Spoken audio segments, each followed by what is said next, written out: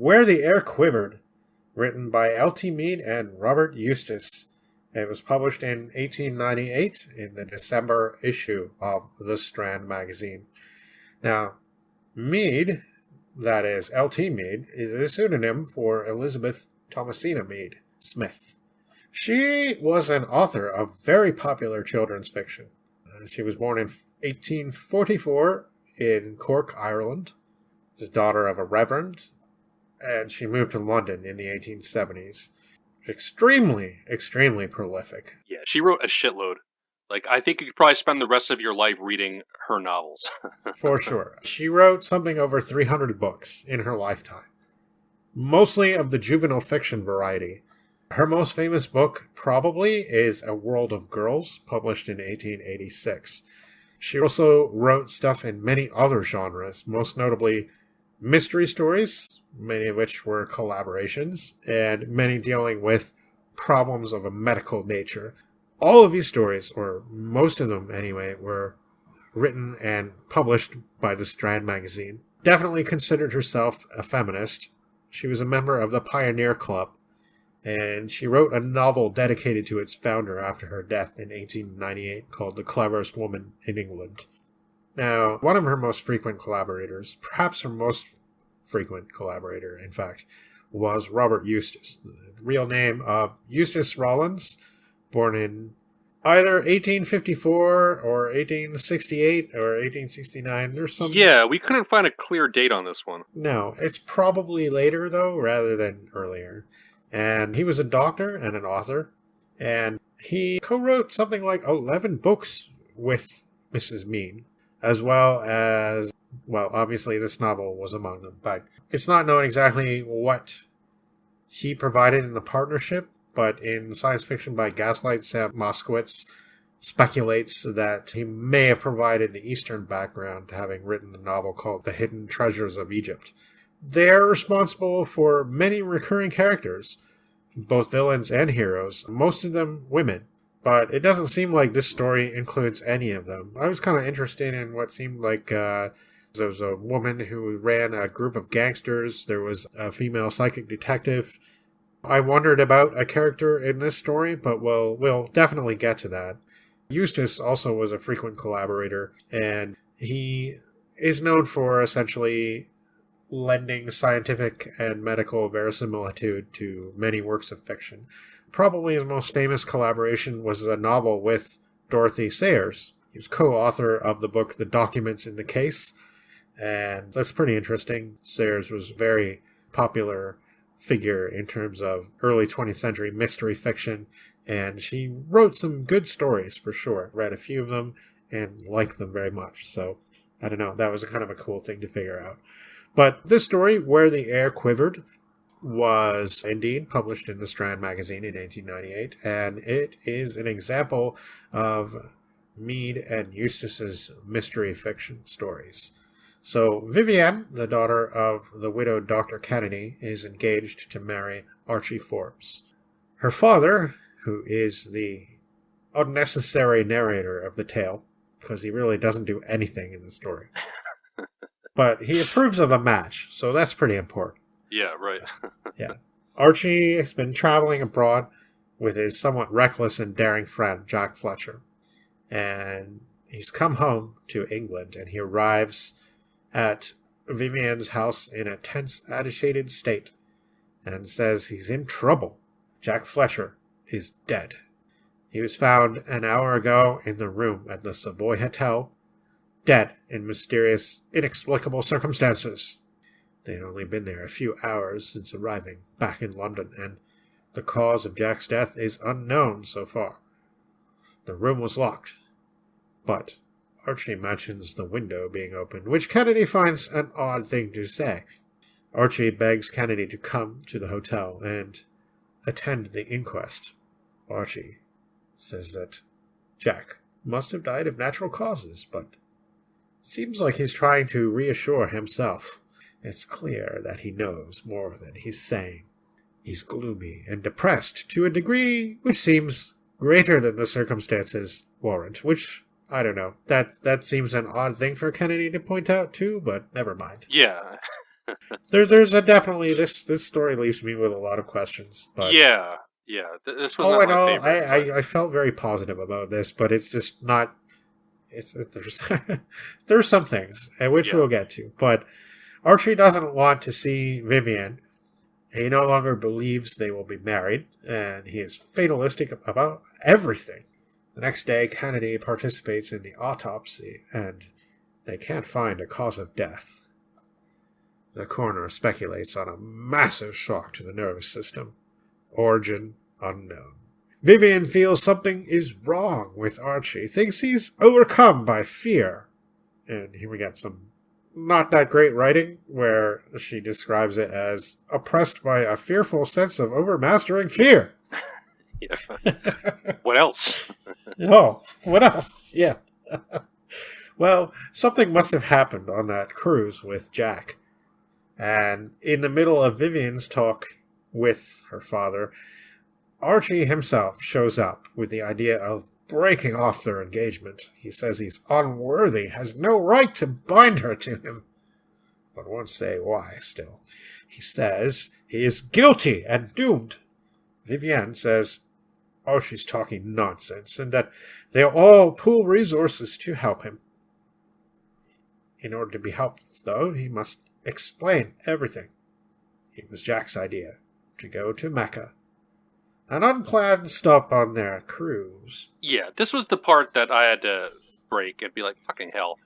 Yeah. And this is what set me on the whole... And actually, the research into Islamic culture, to an extent, does seem well done and accurate, including right down to the festival that is described in the story. Yeah. I mean, I don't know. I was curious as to the nature of the Hajj pilgrimage and whether or not it was when it was forbidden to non-Muslims to attend. We'll get to all that. But yeah, we will get to that talk because it is a really interesting thing about this story, which I think is full of kind of interesting things actually, even though it is very pulpy and not very well written. Yeah.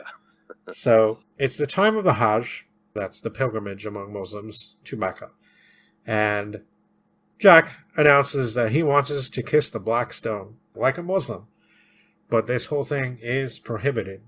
And Jack does say maybe Archie should stay behind. He is, after all, engaged to be married. But Archie won't abandon his friend. They dress for the occasion, and Jack does make it to the stone and back.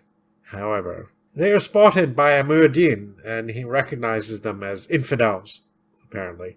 And he gives them one hell of an evil eye. Jack's back, and they are making their way out of the throng when the Mueddin catches up to them, and he indicates that he wants to speak. And Archie is handed a scroll just as the priest attempts to pull a knife on him. And Archie's reaction time is quicker and really incredible as he pulls out a hunting knife and just stabs the guy in the heart fatally. Just like that. Yep, knife death. Instant. Right, it's very quick. Most knife deaths don't happen that way. No. It's something that bugs me in a lot of stories about how people stab somebody. And it's just like, they somehow reach Jeddah, like, really fast. I'm not sure how far that is from Mecca, but I don't think it's... They must have been riding those donkeys really hard. Yeah, I mean, there's obviously no automobiles. Yeah, but they get on their yacht, and they steam their asses out of there real fast. And the scroll is in Arabic and proclaims that they will die before the sunrise on the festival of, and they call this Eid al-Qurban in the month of Dhul Hijjah. And this festival, I think, is more commonly known as Eid al-Adha, and it denotes the end of the Hajj period, and it is actually just around the time that they say that it is, around June, July. Yeah, I think it's a lunar calendar. Yes. So Kennedy thinks Jack's death is unrelated, but Archie is convinced that the Muslims will have their revenge. Yeah. And it's here that Archie reveals that he saw one of the Muad'Dins last night in London, looking just like the guy that he murdered. And Vivian has an idea, though. Her idea is that they will consult Dr. Khan, the Persian. He knows much more about these Arabs and their queer ways and their sorceries than anyone else in London. This Khan is apparently non-practicing, but studies chemistry and forensics as a hobby. Hussein Khan sprawls on a sofa like a cat, smoking an opium pipe. When they enter his rooms, he seems to see something preternatural and looking at Forbes, and already offers his help. The story is told by Archie, and Khan thinks Archie's fears have basis in reality and remarks on how the Arabs possess secrets of science that are unknown in the West. Some calculations are performed with reference to a thick volume in Arabic, an almanac, and a map of Asia. It's all very mysterious, but he's been working out the date of the festival, which commences tomorrow, daybreak of the 8th of June. By the way, it's in July this year. So, there you go. In fact, tonight, since daybreak in Mecca will be earlier, and they have to allow around 1 o'clock in the morning. According to the rules of the parchment, the prophecy must be fulfilled exactly.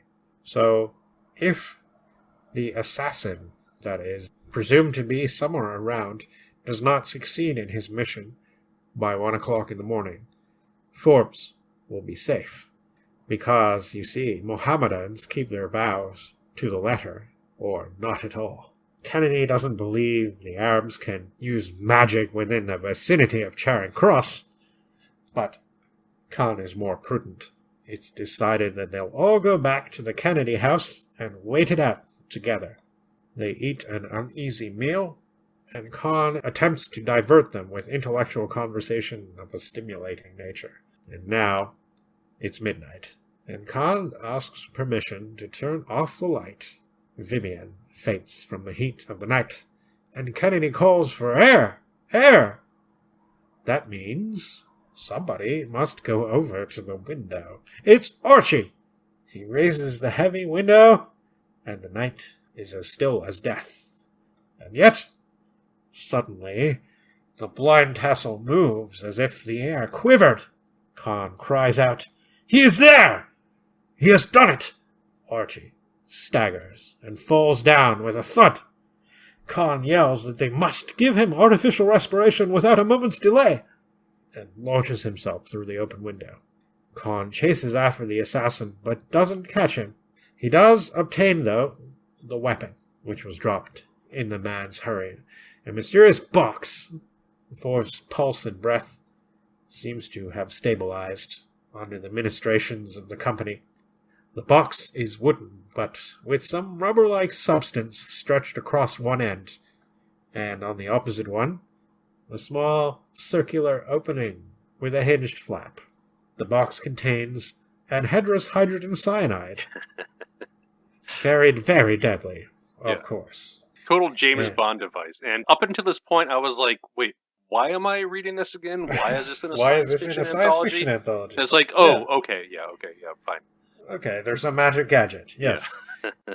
It's essentially a projector of vapor that works under the principle of a vortex ring. Yeah, an inverse vaporizer, if you will. Yes, it seems scientifically plausible. Yeah, I read a little bit about vortex rings and how they work. Not a ton, but it seems like they are manifestations of gas moving in this circular motion that's a kind of a projection. Yeah. And can be projected like a solid in the story with unerring swiftness of a projectile. Oh yeah, very accurate. And very deadly, as we saw. Yes, invisible, undetectable, and very accurate. And Vivian and Archie are left to one another for a while. Later, they do marry, and Archie regains his fortitude, because he's been kind of timid and scared and dead to the world this whole time. but a shadow remains on his countenance, haunting him henceforth. So yeah, that's this story, and this was pulpy as hell, but it was a lot of fun. I quite like this, actually. Yeah, I don't know. I was kind of mixed on this one. I really liked the first half. That I thought it was good at building up suspense, but once they introduced the mecha thing, that was just such a big turnoff for me. And Yeah, the research tangent I went on was looking up the nature of the prohibitions against non-Muslims not only attending a Hajj pilgrimage but entering Mecca in general, which is apparently forbidden by the Quran itself. I didn't know that there was that restriction kind of built into I didn't the really know that religion. either, but But apparently this would have been well known at the time right. because Richard Burton made a very famous attempt to attend a Hajj pilgrimage. And at the time, the penalty for a non-Muslim trying to enter Mecca was death. And Burton wrote a book about his experiences, and it was very well read in Britain and the Americas, much like his very thorough translation of Arabian Nights. Right. Was very popular. So I don't know. That element just didn't sit well with me. That they would just try to undertake this like totally reckless thing No, that it's just kind of seemed like pissing on the Alamo. exactly right. Yeah. And Well, let me ask you this: how do you think this story could be improved? I don't know. I mean, so the first half of this story is building up to the character of Archie having this like dark secret. You know, his friend died under mysterious circumstances. He's clearly involved. He's stressed out. He's about to break. I just like the whole like Muslim secret assassin ninja thing. Like, I don't know. It just seems like such a dumb payoff for what was a potentially cool buildup. You know, like that's the basic plot of Crime and Punishment. This murderer does this horrible thing and he's stressed out the entire time and is really on edge about what to reveal to who and whether the law and society's closing in Yeah. on him. And I mean, you could really make a lot out of that kind of setup, right? I mean, it's stressful just thinking about it. So here's how I think this story can be improved, and I think you could keep the real pulpy nature of the story. And I know, like, the whole Muslims are so strange and they have sorcerous weird ways thing is not great. Yeah. But I think you could keep that and make it kind of cool and fun. And I think Oh yeah, yeah. the way to do this would be restructure the whole story, have it based around the Khan Persian character, Right. and have it based around Archie, maybe, or even his fiancée coming directly to him, as though he were like a Sherlock Holmes kind of character. And make the thing is, like, he gets set up in this way that makes him seem really big and grand. And I kind of like the first thing I wondered, like, right away was, does this guy feature in other stories? Like, Yeah, is right, he, right. Is he her? And apparently she did have characters She did, like yeah. that. Yeah. Most of them were women, though, which is kind of interesting. Mhm. But this guy doesn't seem to have featured in anything else, which is kind of a shame. Because, I mean, I instantly thought of, for example, The Phantom of the Opera by Gaston Leroux. Yeah. And it has this character called The Persian. Yeah. And that was written later, by the way. This for sure. 1910. 1910, okay. No, Right. 1909 to 1910. Serialized. 1909. So, Phantom of the Opera, which was written about 11 years after this story, which features a character called the Persian. And even there, in that book, like, the Persian, when I read that as a kid, actually, my mom read me that book when I was really young. And the Persian was, to me, then, a really cool character. Yeah. And I liked the fact that he had all this weird arcane knowledge. And I liked the fact that he knew this person, opera ghost Eric Person of old, and he knew some of the tricks he was capable of, and he was a man of science and learning, and he was from the East, which made him mysterious, and all those things add together into a fairly attractive picture. And although I thought the way that the story introduced him sprawling on his sofa with his opium pipe was very Right. hilarious, like, it was Yeah. very... I tried to convey that in the summary. It was, just... it was too perfect, but not. Just like so silly. But it was cool at the same time. It was like the whole, I don't know. I mean, you mentioned ninjas earlier. You Yeah. know, is this whole like thing of this mysterious man from the East who can do things and accomplish things. And I like the fact that the story does not shy away from the fact that Khan is a Muslim. And although he wants to help these people, he wants to help Forbes, and we don't really know why. And again, like, if this story were completely restructured and written from that guy's perspective, and he explained to us why he had an interest in helping somebody like Archie, who was clearly a bit of an idiot, you know, getting involved in, all right, like, I get it, but at the same time, like, it's irritating that a guy like that would just kind of wander in and not only that, but murder somebody and just sort of get away with right. it. Yeah. Right. Greatly disrespect their religion and kill a priest, and you know. Yeah. I mean, it is no way of getting around it. It is unfortunate that you can be put to death for going to Mecca. Like, I don't know. I think that's extreme. I think maybe, okay, throw them in prison for a day or so. Like, they'll straighten up. Don't kill them. But that's the cultural thing, and that's the guy knowingly, because he had this position of privilege and he was this well-to-do Englishman cruising around in a yacht with his buddy, it comes off quite condescending. But oh, yeah, it definitely does. And I think that's why it didn't sit well with you, I'm guessing. That's definitely one of the reasons, yeah.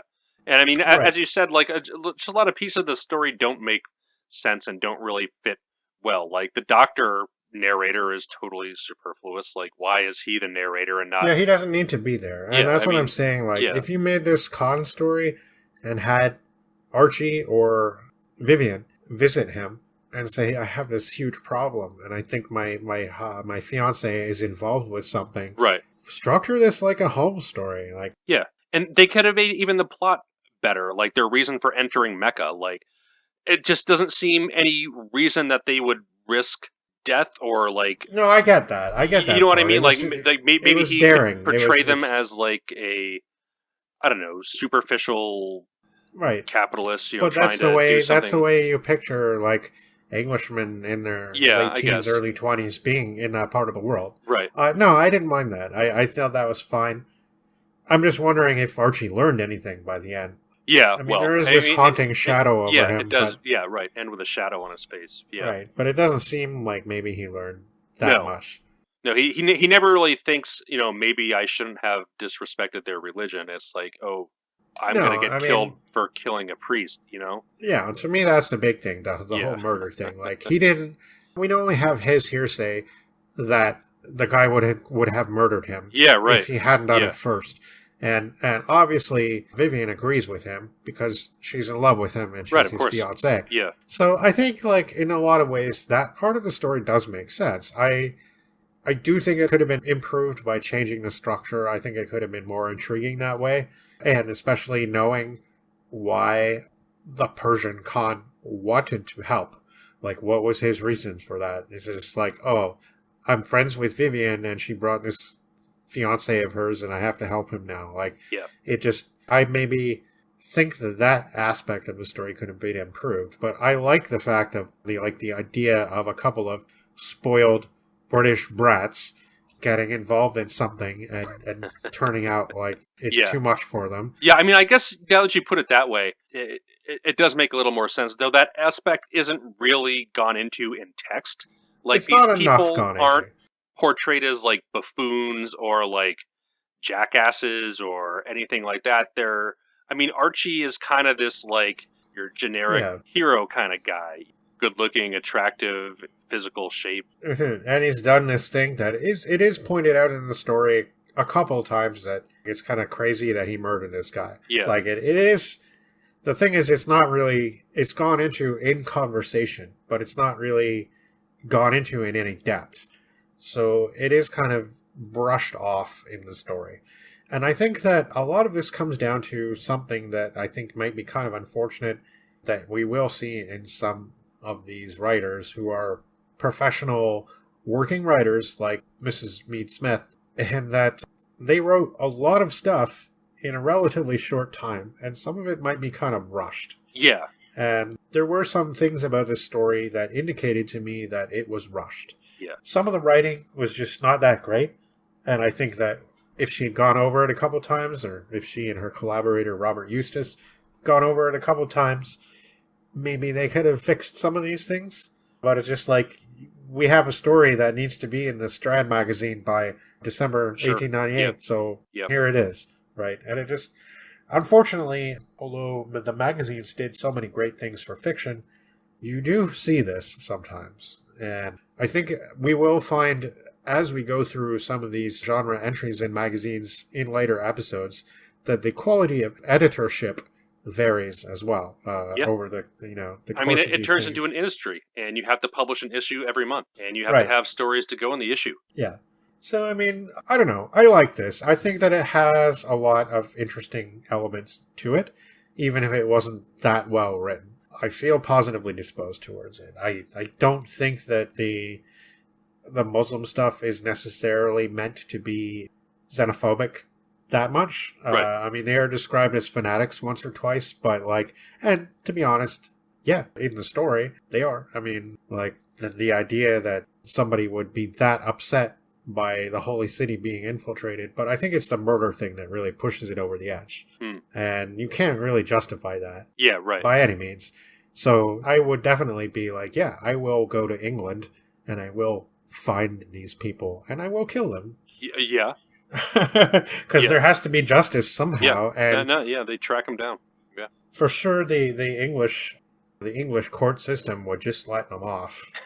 So what are you going to do? Right. You got to do something, I guess. So I don't know. Again, that aspect is commented on a couple of times, mostly by Kennedy, who is a doctor who has sworn the Hippocratic Oath and does not, ostensibly at least, does not believe that it is ever right to harm another human being. So it is said that the marriage goes off without a hitch, but this guy's never quite the same afterwards. What that means, we don't know, because that is not gone into. So, in a way, this story does play it safe, and maybe one could wish it would be a little bit more existential about what is actually a very serious topic. Right. But I liked it, and I did like the neat scientific invention. Yeah, the gadget was cool. And I liked the fact that it was even though it was a little bit, mysterious, inscrutable other, I liked the fact that Dr. Khan was like, hey, you don't know the science that's been developed in this part of the world. Right. You really have no idea. Yeah.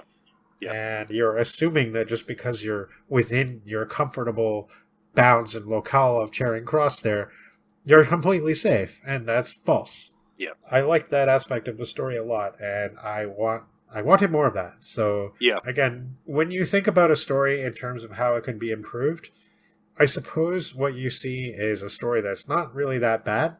Sure. It's worth at least thinking that it could be improved in a way to make it awesome. Yeah. No, I mean, I did like the first half of this. The second half payoff didn't really work for me, but, the device was neat. That's kind of cool. It is very forward-thinking.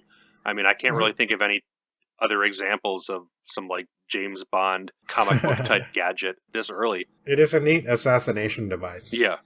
Yeah. And I don't know, I kind of can't help but wonder, though, if this brief for a story had been given to Arthur Conan Doyle, what would he have made of it? Right. I bet he might have done a slightly better job. No offense to Elizabeth Thomasina Meade, but, yeah. So I think that's about it for that one. We took that one from the Science Fiction by Gaslight anthology. Of course, the story was published in The Strand, but Sam Moskowitz has edited this nice anthology of magazine stories from mostly the 1890s and 1900s. And the next story we are covering also comes from that anthology, although it's been printed in a few places. Yeah, a couple other ones too. Yes.